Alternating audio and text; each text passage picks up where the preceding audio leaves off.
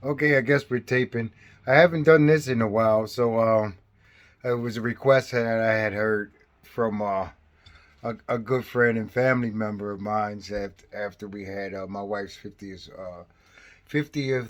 birthday party this past weekend. So Barry Edwards, Lynette Edwards, this guys is for you. If nothing else, I really need to get right back into this because this is what I do. Today I'm just gonna give you guys a little tutorial, not only a tutorial, but I guess a little lesson on seasonings and something just general small things and some pointers that I've grown to know and that maybe you guys can use. If you can use them. If you can, it's okay. It's just it's something that I do. So with that being said, today I'm going to make a homemade jerk seasoning, and I'm going to dry crust them on a rack of ribs, baby back ribs, and then we're going to roast them in the oven, and that'll be our turnout, and then we'll have our sides, and then I'll show you all together side by side, and then turnout. Um, so first, I guess with that being said, I would like to turn around the camera so you guys can see just what my ingredients are. And then, like I said, I'll just give you guys a little heads up as I go along. Once again, I'm going to make a homemade jerk seasoning. I'm going to dry rub a, a rack of baby back ribs with the homemade jerk seasoning. In the interim, or first, I'll give you guys a lesson on knowing your seasonings, what to buy, what's good dry, what's good fresh, and those types of things of that. Just little tidbits that I've picked up and I'm willing to share or give to you guys because that's what I do. I like to see people happy through food, and if I can get them to do it themselves, that's even better. So at this present moment, I'll turn this around, and then we'll see. I have a bunch of seasonings here. Oh, there's my rack. There's my rack of ribs. They're looking ready. They're waiting on me. So as you can see, I have a bunch of seasonings here. I'll try to get down and show all of them, but I'll try not to do that. No, I'll show all of them. So I have some over the counter, I would say, Kinders. I'll bring this one here. There's another Kinders. They're basically barbecue, uh, different kind of seasonings, flavored seasonings, and I got those to make a point. I have our classics: paprika, garlic, ginger. I got some cumin here. Got some Himalaya salt, pink salt, some cayenne, some cinnamon. Oh, maybe I'm not showing that. Some black pepper, some crushed red pepper. I also have some brown sugar here. Most of these ingredients, or not, if not all of them, go into our jerk seasoning. So at this present moment, I'm gonna try to swing this back around the way I used to have it. So yes, there we go, right there. We can keep that right there. Let's see, I'm here to by myself. Once again, my trusty assistant is at work, and that would be Mrs. Turner. So let's see if we can get this to go straight. And believe it or not, I think you might have heard me say, I actually got a stand, but I like this better because you actually can see my hands. You can actually see everything that I'm doing. It's almost like the old school cooking shows, uh, like Yan Can Cook and Julia Child and all of those guys. So here I have my gloves. And I'll try to make this quick as possible, even while giving the lesson. Um, Here go my gloves, and I'm gonna put two pair of gloves on, so to save us some time. And not only that, I'll be using several different seasonings, so you want to really mix them by hand. Especially, a lot of them are dry, but some of them have oil in them. So mixing them by hand and kind of like rub them together, gets them all to get married together and have some fun. So, like I said, your basic seasonings are your basic seasoning. This is your garlic right here. Everybody knows what ground garlic is. Ground cayenne, pink Himalayan salt. Everybody knows what that is. Cinnamon, that's something simple. Now, this right here is a 5-spice seasoning. It's a Chinese 5-spice seasoning. Now, traditional 5-spice seasonings has about, literally what it is 5 spices. It's coriander, it's coriander, it's clove, it's 5-star anisette, it's and a couple of them more that and this is basically their. I would say, if I had to say anything, it's the Chinese seasoning salt. They basically put this in everything. All right, paprika. Everybody knows is basically just a bell pepper dried and grounded.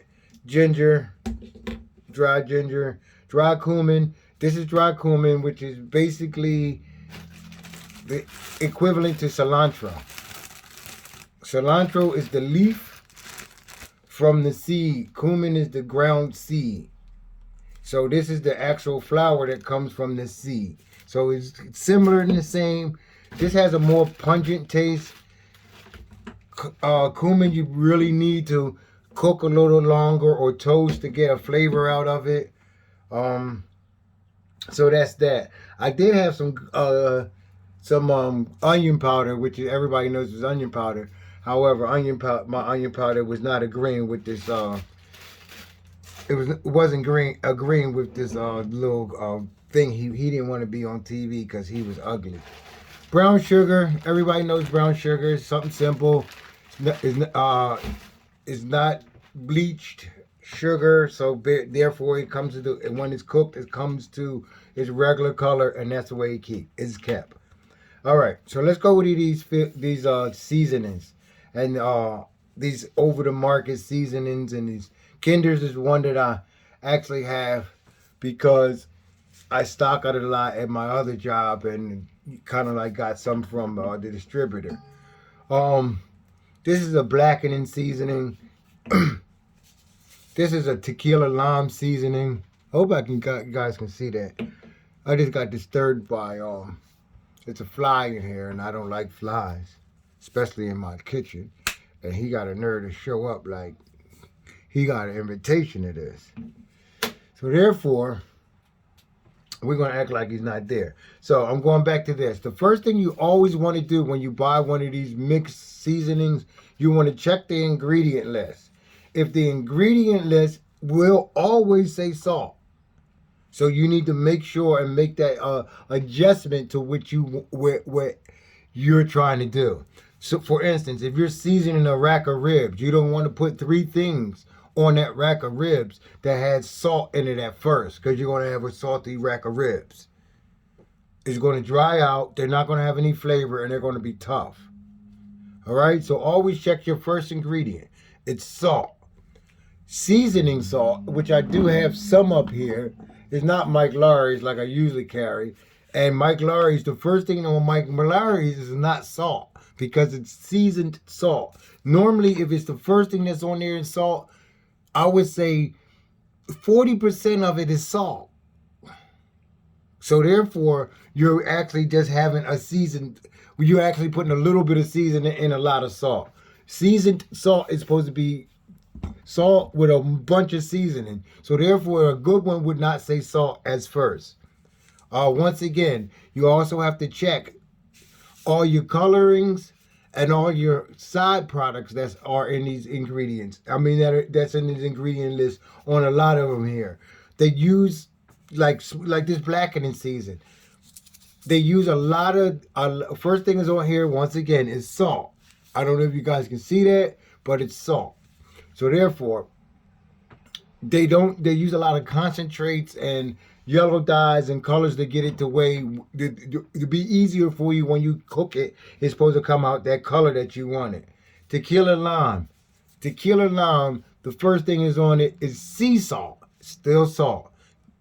70, I would say, I don't even know the percentage, but 9 out of 10, the majority of it is salt. So that's the lesson on your flavored seasonings that you get for your ribs, your meat, and your salts. Adobo is another one. Adobo is the first thing this says on adobo is salt. Although it's a very good, it's probably one of the lower ones, and it doesn't have a lot of salt. It does have a lot of different colors and biphosphonates and stuff that you can't pronounce because it's not natural. And that would if you use too much of that, it'll be salty or you'll have a strange flavor on your food. All right, that's my lesson with that. Now here is the Jamaican jerk seasoning. It has 4 ingredients in it. Excuse me. It has 8 ingredients in it, and none of it is salt. So therefore, that would mean that will probably be a good seasoning that you can accompany another seasoning with. All right.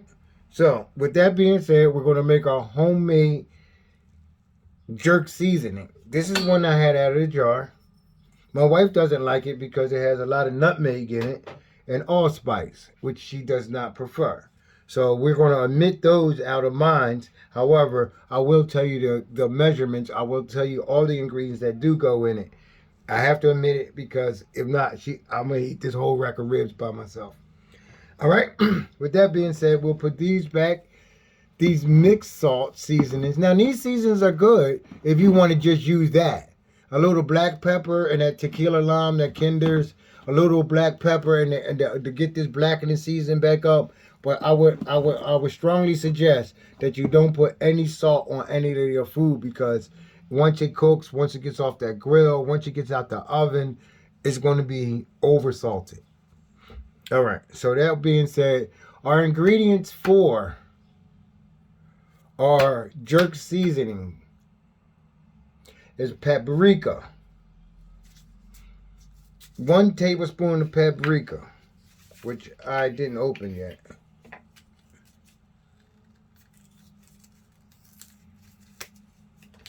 Or should that be teaspoons? Depends on how you're feeding, what you're feeding.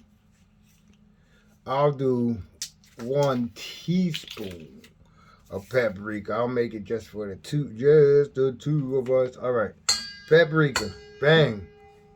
Then we go garlic, 1 teaspoon of garlic, and then I'll do this just the right way. And then of course I'm gonna put more garlic because fresh garlic because I love it.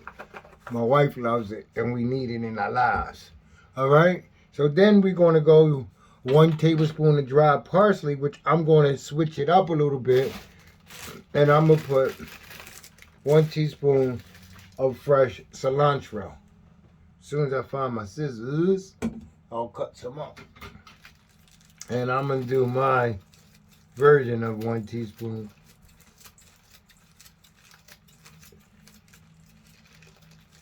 Yeah, I usually don't do measure very well, but for the sake of the video, I'll measure. That was 1 teaspoon plus 1 teaspoon. That will be my parsley. I need 2 teaspoons of cayenne pepper. And my cayenne pepper's here. Then of course you can get it down lower if you don't like hot stuff, or even if you just want it mild. And another way to make it milder is to add more sugar. That'll actually cut the mildness. So that's 2 teaspoons of cayenne pepper. Oh, there's that fly. See, he's going to come around when I don't want him to come around because I can't kill him now. Because this is a no-fly zone. And he should know better. They should have told him. But they couldn't tell him because they was dead. That's 1 black pepper. That's 2 black pepper. All right. Then it says thyme. I don't have thyme.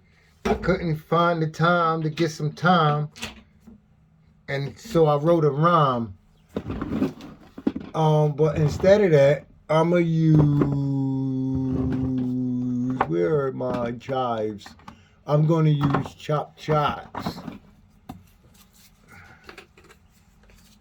I'm going to use 2 teaspoons of chopped chives. Bam. 2 teaspoons of chopped chives. And it says 2 teaspoons of brown sugar.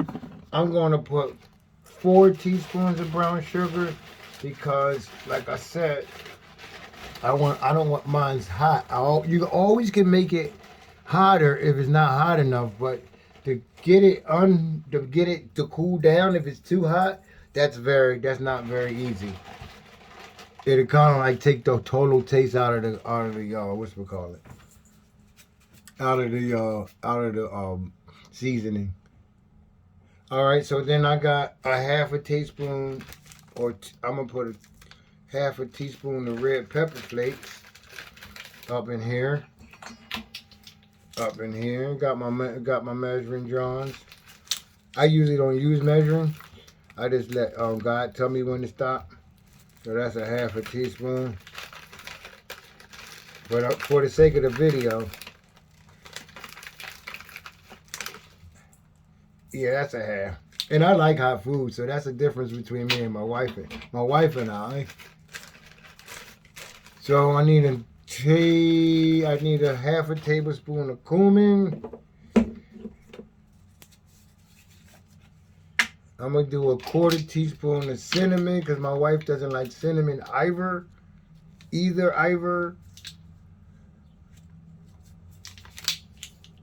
So I'll do cumin. She does like cumin. So I'll do cumin. I'll do back off on the cinnamon and do a half. No, do a 1/4. Do a 1/4 of cinnamon, a 1/4 of nutmeg. No, it's cinnamon, cloves, and cumin. So I don't have any cloves.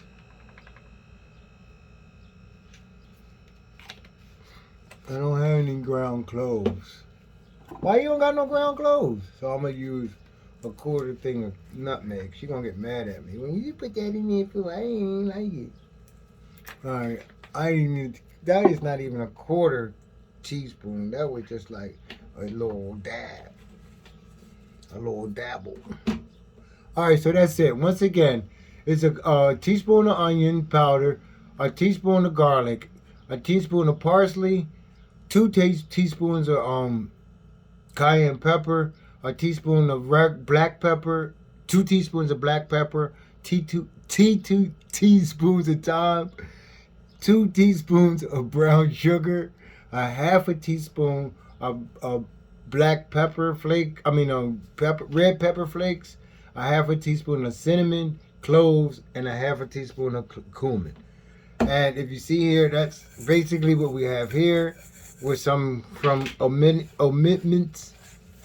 But that is basically our dry rub that I'm going to put on the ribs. All right. I hope that's enough. It looks like to be enough for me, because the other side, I'll show you as I do the ribs. They're going to be seasoned. This is just going to be a dry rub that I'm going to keep there and roast them dry. You guys will see the end. You'll see the end. So at this present moment, I'm just going to let this rest. I'm going to clean up a little bit, take all this stuff off of here, and then I'll show you guys the how we prepare the ribs. I'll turn the oven on. I wish I could go out to the grill, but not today. So I'll take these off. That's why I had another pair on, dog.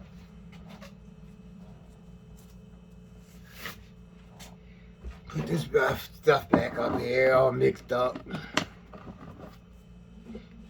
As you notice, I didn't use any salt. I omitted the salt also, before my wife is not able to ingest that salt as much as she used to.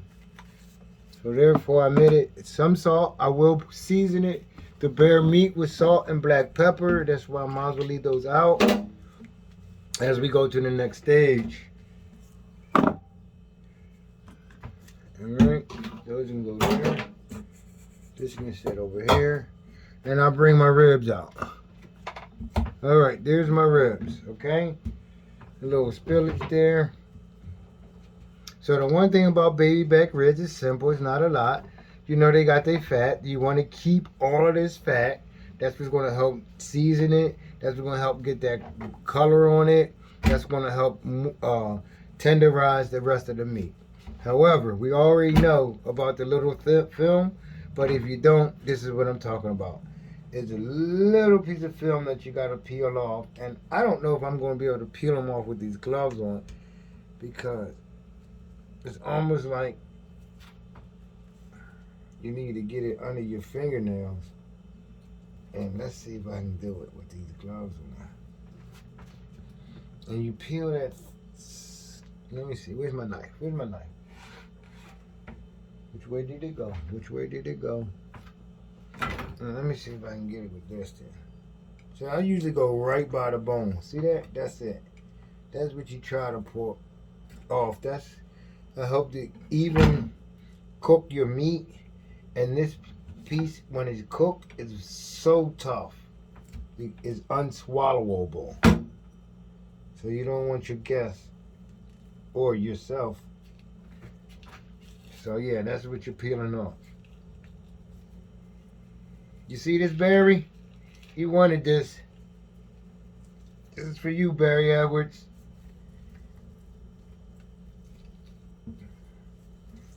So you get it, once you get it that way, you can peel the whole thing off. And these gloves are not helping because they're slipping. And I'm going to take them off because we don't have no time to play.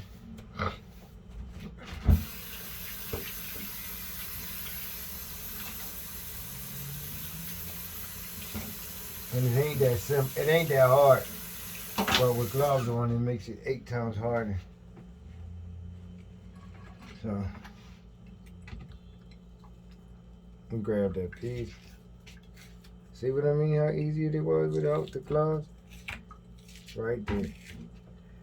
And we can peel it totally off. Almost like skin. See that? Horrible when you're trying to chew it. Horrible. Especially on the baby backs. On the bigger ones, you got to cook longer. On the bigger ribs, you got to cook them longer, so therefore it really doesn't bother you to that point. Let me grab another knife because I need to. Let me take this off because I wanted to cook them even. So this little extra meat right here, it'll have the front cooking and burning. And this little extra meat won't get done. I will later cut this up and put it in some stir fry or something. Especially when I'm cooking in the regular oven. Now on the grill, I would have left that if I was cooking them on a grill. But in this oven, it's so uneven. I don't want one half of my meat to be done and then the other half not. Or some of it not being totally cooked evenly. All right, so that's it. That was my lesson for the ribs. I'm going to season the back of them after I wash my hands and put my gloves back on, so now I don't have to pull anybody's skin off their face. Don't make me pull your skin off your face. Cause I can do it. And dry my hands up. Put my gloves back on, season it up. Did I turn the oven on yet? Nope. Turn the oven on. I'm gonna put this on blast. I'm gonna put it on low, but then I'm gonna turn it on blast after I'm finished. Just the one. I'm gonna preheat it, but I'm gonna blast them at first. And one of the keys to, as I said, one of the keys to it, I'm about to tell you guys with a dry rub. I'm about to show you. This is a good lesson. This is important. This part right here is important. It's a dry rub, so you want your meat to be dry. Because if you put the dry rub on wet meat, once the meat start to let its water out from the salt and everything that's in the seasoning, it's going to pour off. once that heat as you put it in the oven or the grill starts to get to that meat, and that meat starts opening up, and that water comes out that meat, your dry rub is going to pour off. So the key to this is, and I'm going to show you, is to dry your meat before you season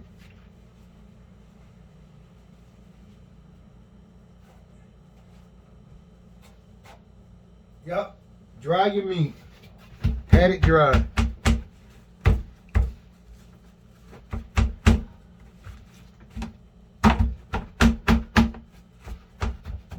You want dry meat. Pat your meat dry.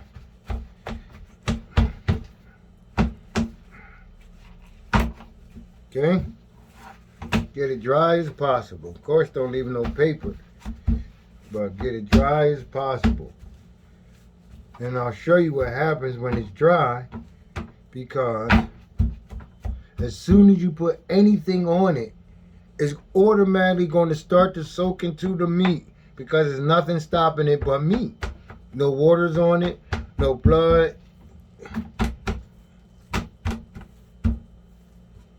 No nothing. Alright? My meat's dry. Let's bring this home. I'm gonna salt and pepper everything. First.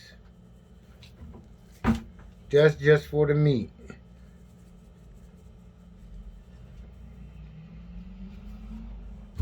Nice coating, right?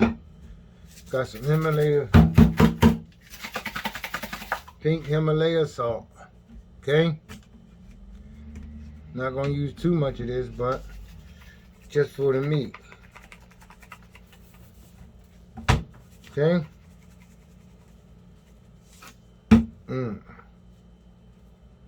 Now,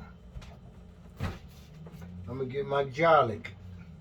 Fresh garlic. What did I tell you about my fresh garlic? Rub that. Rub that. Rub that. All up in there. Gotta get that all up in there. You see that? Get that all up in there. Fresh garlic. Okay? Right around here. Yup. So, that's that. Bam. So, the back, I'm not going to put the dry rub on. I'm just going to put the dry rub on the front. Because they won't be flipped. So, we basically got to, that's why I blast them at first. I'm probably about at 450. And then I cut them down. Once I see them start to caramelize, the brown sugar starts to caramelize. As you can see, this is a dry rub, so you completely cover everything.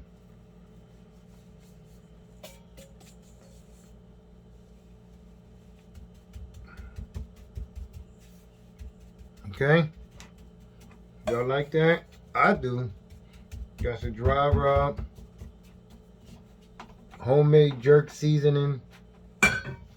Mr. Barry Edwards. You owe me a cold beer. Just for you, homie. Just for you, fam. So I'm going to let this sit here. And I'm going to let it do what it's do. While my oven's getting warm, that water is going to come out of that meat. It's going to get with that dry rub crust I just did. As y'all can see. And it's going to marry. They're going to start playing golf, Xbox, all that shit. And then they're going to be like happily ever after. The back is already seasoned, as you guys already seen I did. We don't have to worry about that. Because all this is going to drip right on down to that back. To that backbone, baby. Alright, this is me signing off. MT's Food. Check us out on all the social media sites. I guess I gotta say that. And Mr. Edwards, I'll be back with accompaniments and the turnout dish. Thank you guys. I hope I taught somebody something. If you have any questions, please feel free to hit my inbox or to ask in the comment section. You too can do this. You too can do this.